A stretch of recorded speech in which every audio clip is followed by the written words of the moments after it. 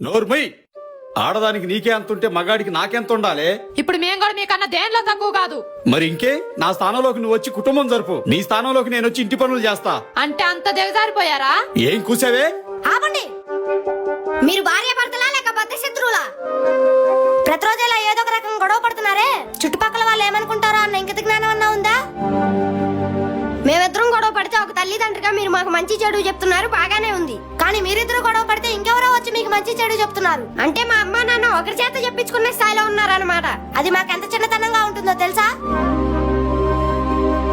చివరికి మా స్కూల్లో ఫ్రెండ్స్ కూడా వీళ్ళ అమ్మ నాన్న ఎప్పుడు గొడవ పడుతుంటారా అని చెప్పుకొని నవ్వుతున్నారు తెలుసా?